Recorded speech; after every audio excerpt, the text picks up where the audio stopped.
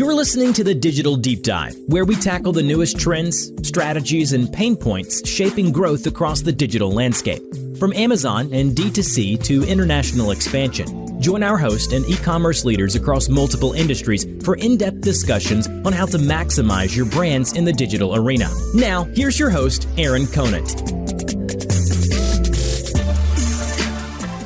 Well, hello, everybody, and welcome back to the Digital Deep Dive podcast. I'm your host, Aaron Conant, and today we're going to do a deep dive into affiliates, affiliate marketing as a whole.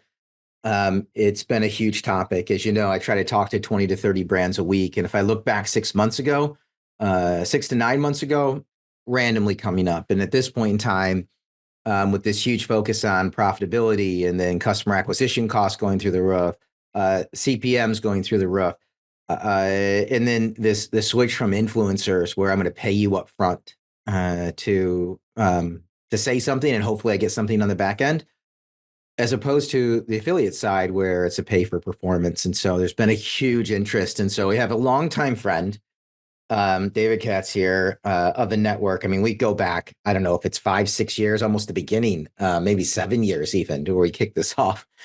And he's at Archer Affiliates. And, I'll just kick it over to you. You want to do a brief intro on yourself and then what you're building over there at Archer? That'd be awesome. For sure. Thanks for having me on, Aaron. Super excited to get to chat all things affiliate today. So the background of myself is I'm come from the e-com space, always been in the e-com space, been selling on Amazon since high school, and kind of recognized about 2.5 years ago that there was a big disconnect in the affiliate space between affiliates. So affiliates, to kind of just lay the ground, is anyone who promotes products on a commission basis. It could be influencers, media publishers, product comparison sites, review sites, deal sites, coupon sites, Facebook groups. There's a whole slew of them. And these people are consistently promoting products on a commission basis. And we recognized a big disconnect between that group of people and Amazon sellers. A lot of affiliates were promoting Amazon products, sending traffic to Amazon products. Amazon's obviously the largest retailer in the country, and they're massive, and traffic converts. Everybody wants to buy products on Amazon. And we recognized a big disconnect between those people sending traffic to Amazon as well as Amazon sellers. Traditionally, affiliates were getting paid directly from Amazon. Amazon would fund some commissions on any generated sales that publishers or influencers would drive to Amazon. But that payout was coming directly from Amazon. It wasn't coming from the Amazon sellers. And sellers like myself really, number one, had no way of identifying who was driving traffic to my listings and to my products. And most importantly, using that data to grow these partnerships. So if I had a product that was going on promotion for a week or two, I was never able to communicate that to potential strategic coupon and deal sites who were promoting my product at random times, or if my product was running low in stock and a mass media publisher would be featuring my product in an article, they had no way of knowing that my product was running out of stock. They would be sending traffic to a dead product listing. There was really these two communities of people who were technically should be working together were completely siloed away, totally working separately.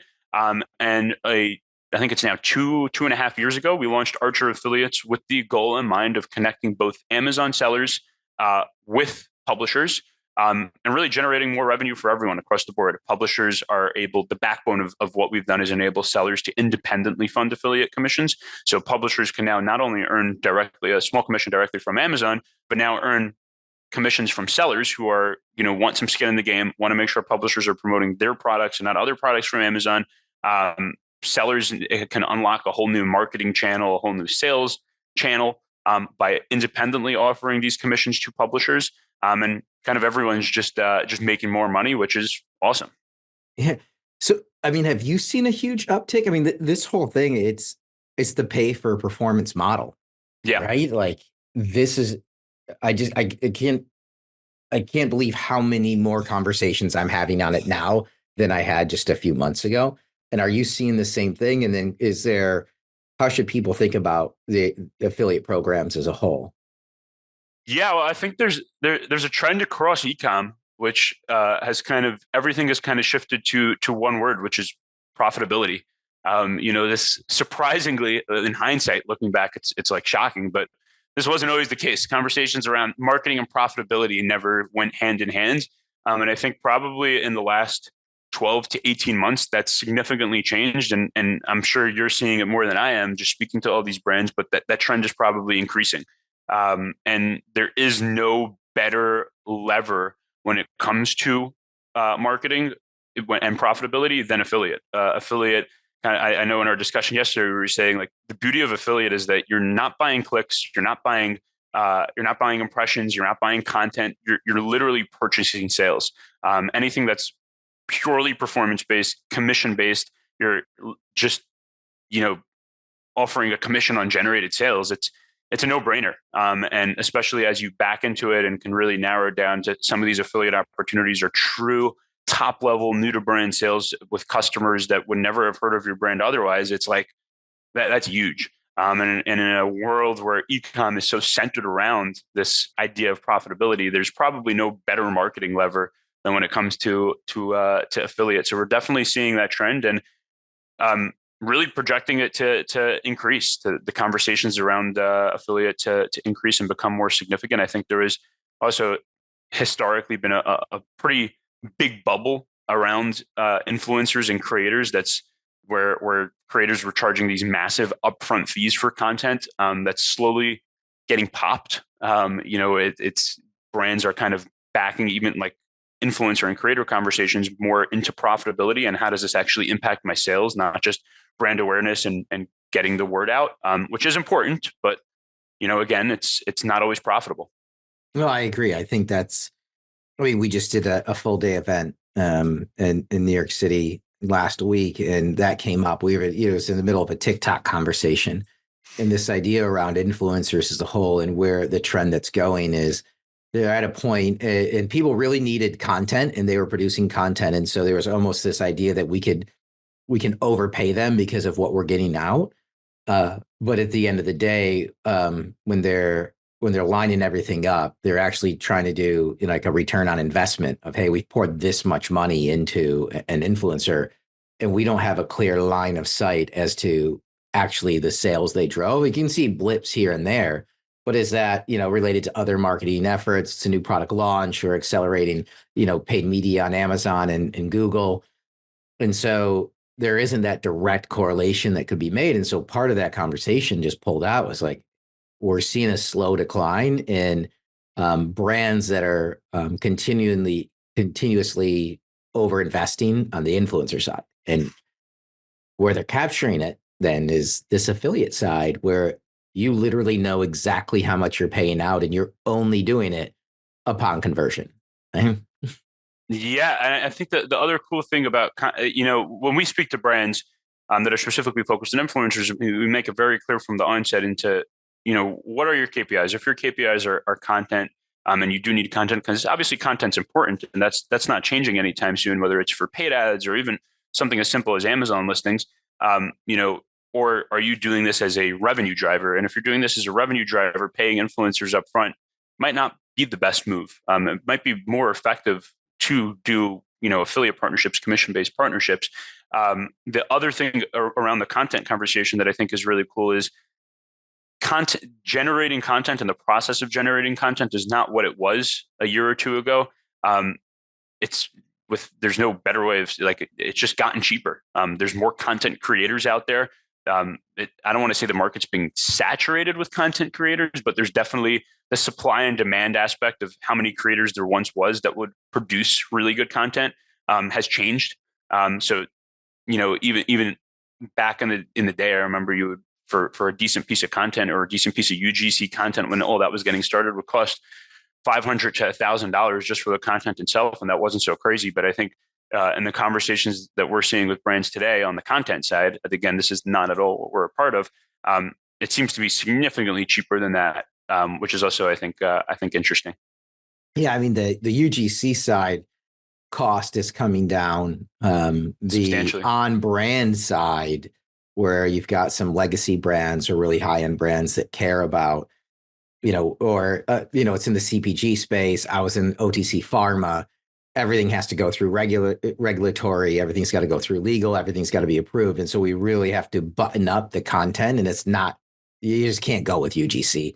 That side of content is getting super expensive because there's such a huge demand for it. And it's not easy to do. Interesting. And the demand for that is going through the roof because they need it and they want it to be on brand, and it's got to be able to be approved through all these different departments. And people don't want to do that. Like you said, there's a lot of people creating UGC, right? If you're just a normal brand that's off the shelf, maybe. But when you need very, very clearly defined content over and over again, that side is getting super expensive. Interesting. Yeah. I did want to jump into a little bit about, so is there this trend then where me as a brand, where I can actually incentivize the publisher to put the products that I want that benefit them the most, and then change, is it my affiliate fee to the publisher? And is that like the huge difference where I can start influencing actually what's happening as opposed to hoping it just plays out? Oh, absolutely. I mean, it's affiliate in general is a two-sided role. It's a real partnership. And it can be frustrating a lot of times on our end when we see like brands really trying almost too hard to have an influence on publishers' content. But fundamentally, the short answer to your question is yes. There is strategies that can be done and put in place by brands to kind of drive interest from publishers to the brand as a whole, or even to specific products. Fundamentally, from a brand's perspective, it is important to recognize, I always say, and this is my philosophy, it's probably a little contentious, but my philosophy is always, really lean into what a publisher wants. They know what works best for their audience. Publishers in general, a massive chunk of their revenue, sometimes majority, most of the time, majority of their revenue at this point today, especially with the state of where paid media and other revenue drivers have been, affiliate is a big chunk of their revenue. And they know the game. They know what their audience wants to buy. They know what their editors want to publish. And kind of the more options that you give a publisher from a brand perspective, the more products you have in a program, the more commissions and incentives you have, the more promotions that you offer to a publisher, the better the chance and the odds of success are. That being said, there are ways, I mean, point blank, trying to, there are ways to influence, like, for example, specific products that a publisher focuses on in your catalog. So point blank, the number one way to do that is just you have a base rate commission offer. And I'm speaking to Archer's network as a whole, how it works. Some networks don't let you set commission offers on a product level, but Archer's network, actually, our network allows you to set commission offers on a product level. So if you wanted a publisher to really zone in and focus on a specific product, you would obviously set a base rate for your entire brand, what you want to offer your entire brand, and that would be lower from the rate on the products that you want the particular publisher to focus on. So you would set a little bit of a higher rate, kind of pushing the publisher and incentivizing the publisher to focus on specific products. And there's other ways. I mean, a lot of times in product launches, some publishers are specifically interested in specific products that are being launched. Others want more established products. In the case of Amazon, which is what we're working with, it's products with a lot more reviews. There's different situations. I think in general, our philosophy is, and we try to relay this to brands, let's offer as many opportunities and options for publishers as possible. Let's kind of let them do the content thing. They know their audience. Their business is making content that their audience wants. Let them decide what to promote. Let them decide how to promote it. And let's just give them the toolbox as to like, hey, let us know when you need a specific promotion. Let us know how much to make that promotion, and we'll make that for you. Let us know what dates you want these commission increases. We'll make that happen for you. That's where we've seen the most success. So if I'm a brand, right, and I'm jumping into this space as a whole, I'm brand listening in. Is there too small of a brand? Is there too big of a brand? And then what does onboarding, what are the inherent built-in costs that I'm going to incur? And then the other question that we get to is that begets the next question, which is, should everybody be doing this? Is this now just, a table stakes line item for budgeting and for marketing? Good question. So I want to break the conversation kind of down into two things. Number one is general affiliate marketing, and number two is kind of more specialized into what we're doing and how we're changing the game a little bit here at Archer, which is affiliate marketing for Amazon in particular. So affiliate marketing, let's just start with general affiliate marketing. General affiliate marketing, on some level, I personally think that every brand should have it. It's a no-brainer. It's fully commission based. You know, I'm not going to say it's all going to be top level, top of funnel sales. There definitely is going to be some, lower of funnel affiliates who are potentially targeting customers who might have purchased anyway, specifically when it comes to a lot of these coupon and deal sites and Chrome extensions. But there are strategies that can be implemented to ensure that those affiliates are at least earning pretty small commissions. They are an important piece of the general affiliate funnel. But I think affiliate in general and having some strategy is probably maybe not the first thing like a super small brand should focus on, but as a brand increases and as a brand's reach grows, should definitely be some level of a priority. I think as you move up the chain and as you move to larger and larger brands, it does become more of an opportunity. The bigger brands already have some element of brand awareness that publishers need. In order for a publisher or an affiliate to earn a commission, they need a consumer to purchase then and now. They need to drive an immediate purchase. So from a publisher's perspective, they're always going to gravitate towards publishing products which have more credibility, which are much more widely known. And like I mentioned before, in the case of Amazon, having more reviews. So kind of as your brand becomes more and more, mature and the awareness grows, more and more publishers are going to be interested in the opportunities. Just going to grow for you to a point where some of the larger brands are not even dealing with a whole lot of outbound, meaning reaching out to publishers and pitching them. It's more inbound, publishers coming to them and saying, "Hey, we want to promote you guys. Can we work on some sort of agreement?" Now, in the case of Amazon, the affiliate opportunity on Amazon, which is kind of what we specialize in. So Archer as a network is a really unique affiliate network. Our platform is built for growth. Right now, we're on a mission to really work with as many Amazon sellers as possible and get them included in our network, so we can go back to publishers and say, publishers, join our network because we have a crazy amount of Amazon sellers and Amazon brands in our network. Our network is really, really new, really young, and really focused on growth, and we're going really quick. We have over 3,000 Amazon sellers already connected. But the point I'm trying to make is the key value add that we have in our network is we are fully performance based. What that means is we have no upfront fees, no monthly fees. Everything is fully commission based. The process of how we work is we connect to an Amazon advertising account, whether it's a seller account or a vendor account. We track all generated sales from our network of publishers, which can be anyone from micro-influencer all the way up to some of the largest mass media publishers in the US, CNN, BuzzFeed, Forbes. And they promote Amazon products with Amazon attribution links. So all the sales are tracked. In the case of seller accounts, it's actually eligible for the brand referral bonus, which means Amazon is paying these sellers a commission back on generated sales, which is insane. And really comes with no upfront risk from a financial perspective, at least for sellers to join our network and sign up. So again, biased answer, but from the Amazon selling perspective, I truly think it's a no-brainer, no matter, even if you're a small seller with one ASIN that you just launched, or some of the larger companies we're working with, which are household names like Roku or different Alo Yoga, some pretty large companies. It's a no-brainer to be in the Archer network. We're rapidly expanding, and most importantly, the opportunity to increase top level sales is massive. I mean, PPC and other avenues are becoming more and more expensive, and unlocking a sales channel that has no risk with tremendous upside is a no-brainer. Yeah, do you is there a difference if you're vendor or seller central, 1P or 3P? Fundamentally, no. There is a pretty big incentive that I kind of touched on this a second ago for sellers, 3P sellers, in that all the sales that we generate are through what's called Amazon attribution links. So Amazon attribution is a tool which allows sellers to track, sellers and vendors. It's available. It's through Amazon advertising. So as long as you're brand registered, you have access to this tool.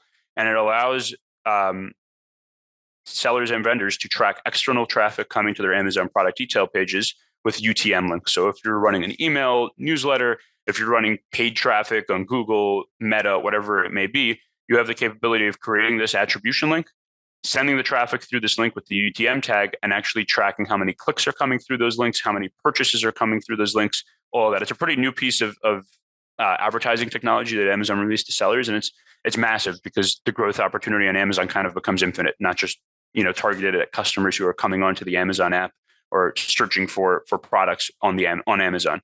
You can start targeting anyone across the internet. So our network leans on this piece of technology on Amazon attribution.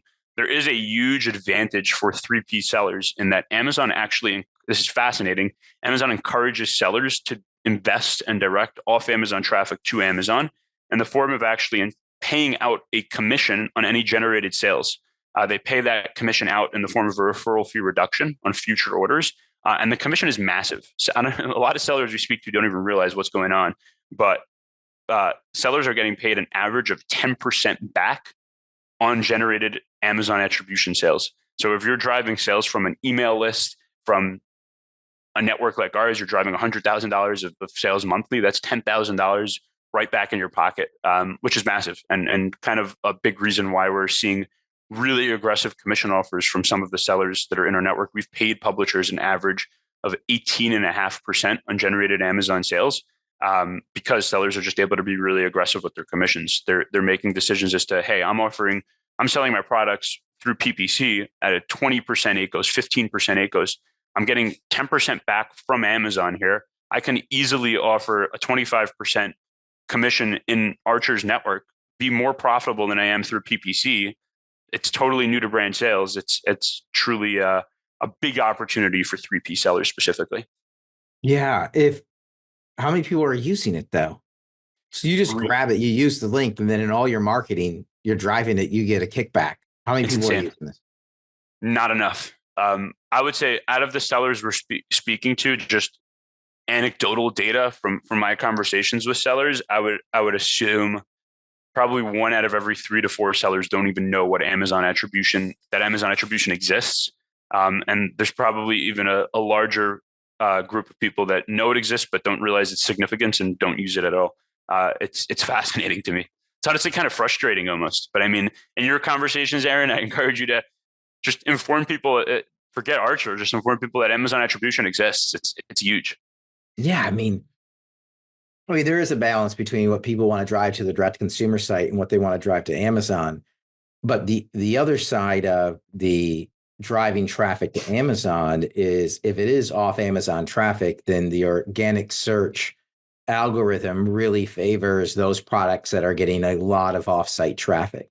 Yes. So as brands are like weighing, do I drive to a direct consumer site or do I, so I can actually own the customer? Or do I drive it to Amazon? I mean, Amazon's putting a lot of incentives to have you actually take that paid media and drive it to Amazon, right? And yeah, I think there's a few elements of conversation. So you're spot on. It's always going to be the balance of the, you're going to have to go back and forth. Do you want to own this customer, have their data, have their contact information? You can target them for purchases down the road, which is important. Or do you get this 10% back from Amazon, increase the whole flywheel of ranking organically, which is driving off Amazon traffic to Amazon, like you said, spot on, has a huge impact on. And the other thing that is really important to consider from a brand perspective is conversion on Amazon is insanely higher in almost every case. There's a few categories that I would say conversion on D2C is probably a little bit better. But outside of those cases, conversion on Amazon is almost always going to be higher. Customers love free 2-day shipping. They trust Amazon. There's a massive amount of credibility. They love the 2-day returns. Checkout is super simple. There's nothing they have to think about. It's 2 clicks and they have the product ordered. I mean, we've A/B tested with deal sites. I could tell you conversion rates driving the same exact product with the same exact deal, D2C to Amazon. It was a difference of, you ready for this? 3% conversion rate. And obviously this is going to vary by price point. There's always going to be different data. But in this particular case where we tested it, we had a supplement product that we sent the traffic to D2C. It had a 3% conversion rate on the deal.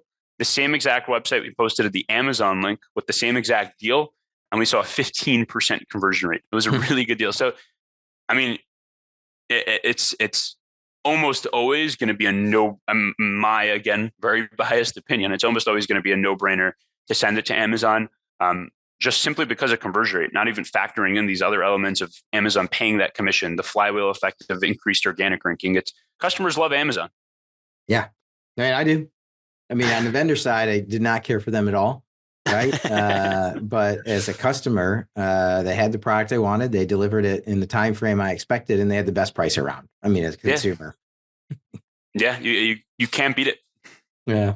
I've been picking your brain for a while. Like any questions for me? Yeah. I would love, Aaron. I mean, one of the coolest people I know in a sense that you get to speak to so many sellers. I'm kind of jealous of that. So, I mean, outside of affiliate, what have you seen? Where are you seeing e-commerce going? Where are you seeing the trends going? And I guess for on the service provider side, I mean, I'm mostly on the service provider side dealing with sellers. Where are you seeing any top level trends there and speaking to other similar service providers? Yeah, I would say we'll divide into two, right? The brand side and the service provider side, and they kind of blend. But what's really interesting right now is we've really started to see machine learning and AI, like actual products and services that work. It's no longer the mechanical Turk where, these companies said they had AI and machine learning, but it was really, them taking your data at the end of the day, hands on keyboards all night overseas, and then it coming back with an answer in the morning by the time you got up, like, oh, look, it works. And those are really expensive. And we've started to see on both the Amazon and the direct consumer, side and those platforms that pop up that now they're $500, $1,000, $2,000 a month rather than $6, $12, $18,000 a month. And it's because you're not actually paying for people anymore. You're paying for the product to do what they promised it would do. Because again, getting back to the profitability piece is brands are struggling with it. And so it's an interesting time because I'm seeing a lot of like direct consumer sites, consider the option of just shutting down because those costs are so high to have your whole tech stack on the back end. I kind of encourage them like, if you can get a market basket above $40, then don't shut it off. But if you're at like a everyday item that's like $8 or $9, like I don't know if it's worth having it around, unless it's small enough you can ship it in an envelope. I guess it's not a big deal. But again, that gets back to the profitability piece. So brands are looking at that. The other interesting thing from the brand side is this blending of direct consumer and Amazon. Oh, and fascinating. That is happening at a faster pace than e-com and retail. Because there's a huge push that everybody wants to get back on store shelf. They want to ship full cases, LTL, full truckload to a Walmart or Target or a Walgreens or a Meijer, right? It get one shipping cost really low based on, a per item cost, and then have them handle all the business. So the Amazon direct-to-consumer piece, and a lot of this is driven, I think, by the advancements in the new releases within the Amazon Marketing Cloud. And Amazon, as we talked about, its desire to get off Amazon traffic onto Amazon. What you're able to do with the Marketing Cloud now, and a key metric they just released was new to brand ROAS. You're able to track incrementality pretty well. You're not just hoping your agency or your rep is going to give you a halo effect that you can't really tell. You actually can see it. And how many new people you're driving. And with that, you can also just put a pixel on your site, grab your ideal customer, basically pull it into the Marketing Cloud. They can dedupe them out, right? It's a clean room, but you can then make I think most people would agree that the people that go to your direct consumer site to buy are your purest form of brand advocates, right? Like they're going there to buy it because they love you and the experience you provide and they want it right from you. They don't want to deal with Amazon. Well, which you can now, you can take that customer profile, pull it in the Marketing Cloud, and then you can use that to power your PPC and DSP campaigns to retarget an exact lookalike. And so what you're able to do is you get really smart with your budget, right? You've even trimmed down even more. We're not just talking like, oh, well, I want to hit this part of the country at this time of day at only this type of shopper. You're literally saying, these are my exact shoppers, hit them wherever they're at, whenever they're most likely to buy. And you can get very, very smart Yeah. with I think your advertising. And then one more thing to add in there is you could also use that to drive it back to your direct consumer site. You no longer have to drive it to Amazon. Well, we've heard of all the benefits of doing it, which has a lot of brands doing it, but then Amazon's just continuing to gobble up the paid media budgets. It's incredible. And that's like the interesting thing that I've seen. It's no longer D2C versus Amazon. It's like everybody's realizing, wait, if it's the 1 + 1, equals it's 3. like one big funnel. Yeah. Yeah. Fascinating. Yeah. On the topic of funnels, I think that's the coolest thing about AMC is obviously back to the profitability thing. Just the first thing you need for profitability is obviously attribution and data. And I think the coolest thing that AMC has done is for the first time you can see a proper sales funnel as to like, all right, we're spending all this marketing and it's showing me sales and whatnot, but what does this look like in a single customer journey? Like, what are all those touch points and how is this backing into sale and to profitability? And then to layer in what your point of like layering in D2C to that, I think is really cool. And it just becomes this one long journey, customer journey that leads to a purchase and can be, and ultimately can be profitable at some point. Yeah. I mean, and so that kind of leads into the next side, the service provider side. If you are a legacy tech service provider that is primarily powered by hands-on keyboards and charging over $10K a month for just an entry level, it's going to be a rough go of it as people trim it out because the partners that are popping up, like the marketing cloud. I mean, I had Kashif on Safar. He was at Media Monks before that, Orca Pacific. He's now at XMars. And they basically have a simple plug-in to the marketing cloud. So any brand can own their own AMC instance and see everything. It's not just your agency owning it anymore. It's not you having a field of data scientists that are writing Amazon Ask SQL queries. You just hit a button and get path to purchase. And so it's the democratization of that data at a brand level for a couple grand a month. Like you could never get that before. You'd spend more than that just on the data scientist you had or the programmer that's trying to extract the data. If Amazon was even willing to give you like before the new to brand ROAS. And so those people exactly like you, which is basically like you don't even pay, like brands don't pay Archer affiliates really anything, right? You'll based on how much the publisher is making, you get a cut of that. Brands are paying you nothing. You're easy to onboard. It's no additional cost. And you can directly attribute sales on a performance basis. It's a no-brainer, right?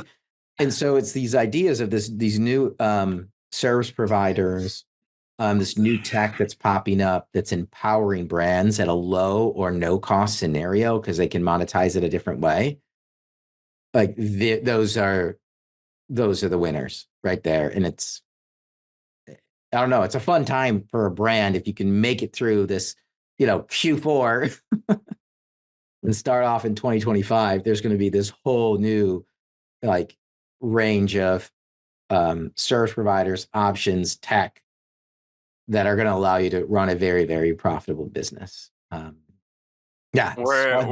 We're definitely excited to be a part of that. I think it's like we started this, and I think this conversation has come full circle just to kind of bring out that first point, which is profitability is the thing, and that's only increasing.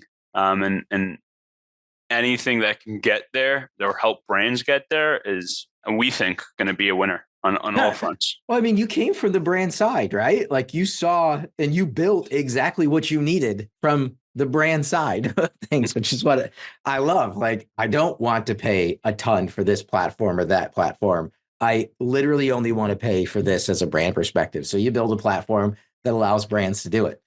I love it. I totally love it. What are you most excited about? Um, ooh, I think we're the space. I think the Amazon affiliate space is still a little bit of a black box. I think we're selfishly well positioned in terms of we just have a really good understanding of what's going on and what the opportunity is. Um, to be candid, we've done a really bad job at educating the market in the past year and a half. But I think that's changing. I think we actually recently hired like a head of content, someone to really just like our real focus for the next 2 quarters, and we're already it's been the focus for the last 2 months or so, and we're already seeing the change here, which is we want to just drive education in the Amazon space, like sellers speaking to Amazon sellers, to be really even speaking to standard retailers in D2C spaces, but for sure Amazon sellers, they don't know what affiliate is, and if they do, they don't know the significance and the potential impact that it has. And for sure, Amazon sellers don't know. We spoke to off the record. We had a meeting last week with someone from an ex-Amazonian from the affiliate team. He estimated that 20%, close to 20% of all Amazon revenue is coming from external traffic, let's just call it. So it's the Amazon search team, Amazon affiliate team, all these kind of levers, which is insane. And sellers are not investing in that. That's obscene. Like they're investing all these massive budgets in PPC and on Amazon traffic and targeting a customer on Amazon, which is great. It's majority of Amazon sales, but that's became expensive. That's became competitive. And we have this, there's really cool opportunities for sellers to start focusing more holistically on Amazon and driving, unlocking these massive pockets of traffic. And for us, I'm just excited on really bringing just the education aspect to sellers. Like I mentioned, we've done a bad job at that. We were, I think as a company, very focused on like just sales and signing new sellers and whatnot. And we've kind of taken a step back and said, all right, let's slow down here. Let's just really focus on driving home what the opportunity is, educate the space. And I think we're just now starting to catch our cadence with that. Yeah, because people don't know. And exactly. And I understand because, right, they early, for the past 4 years, it's been this mass scramble, and affiliates wasn't the main focus. And so people really went all in on Amazon advertising, content generation, even the influencer side of things, the performance marketing, Google, SEO. There was this massive, and it was like affiliates was sitting off to the side, just waiting for its time. Yeah. Right? It's waiting, and we're there where it's performance based. It's actually quite easy to do. There's huge benefits, but people are just now starting to say, oh, wait a minute. It's not just something I outsource to an agency and I hope it just works. It's like, I need to learn this space. I need to get educated in the space. I have to understand it because it can be a major revenue driver across the board. And every penny I spend can be justified. Every single one is justified. That's the key. Came from a sale. So it's awesome. It's awesome. Yeah. I'm pumped. I mean, I think what you build is awesome. Especially that it came from the brand side, that it's not, just like this, oh, I think it might be nice. It's literally building exactly what brands need. I'm pumped for you guys and super excited for, I don't know, the next few years. You guys are going to be on a fun ride, a really fun ride. I sure hope so. Yeah. I mean, I think it's just a cool spot to end it, my friend. Thanks so much for being such a great friend, partner, supporter of the network and brands in it. Again, David Katz from Archer Affiliates. Ping him on LinkedIn, hit their website, schedule some time. This is something that I would say, almost every brand needs to be at least investigating, taking a look at, and then executing if the time and everything else is right. Because if you're not doing this, I think this is going to be a table stakes part of anybody's media budget going forward. So anyways, great, my friend. Well, thanks for your time today. Aaron, thank you. Always a pleasure, my man. Absolutely. I feel like all our conversations fly by. I know. Doesn't even feel like an hour. Well, with that, we're going to wrap up this episode of the Digital Deep Dive. Thanks, everybody, for listening in. Thanks, my friend. Later.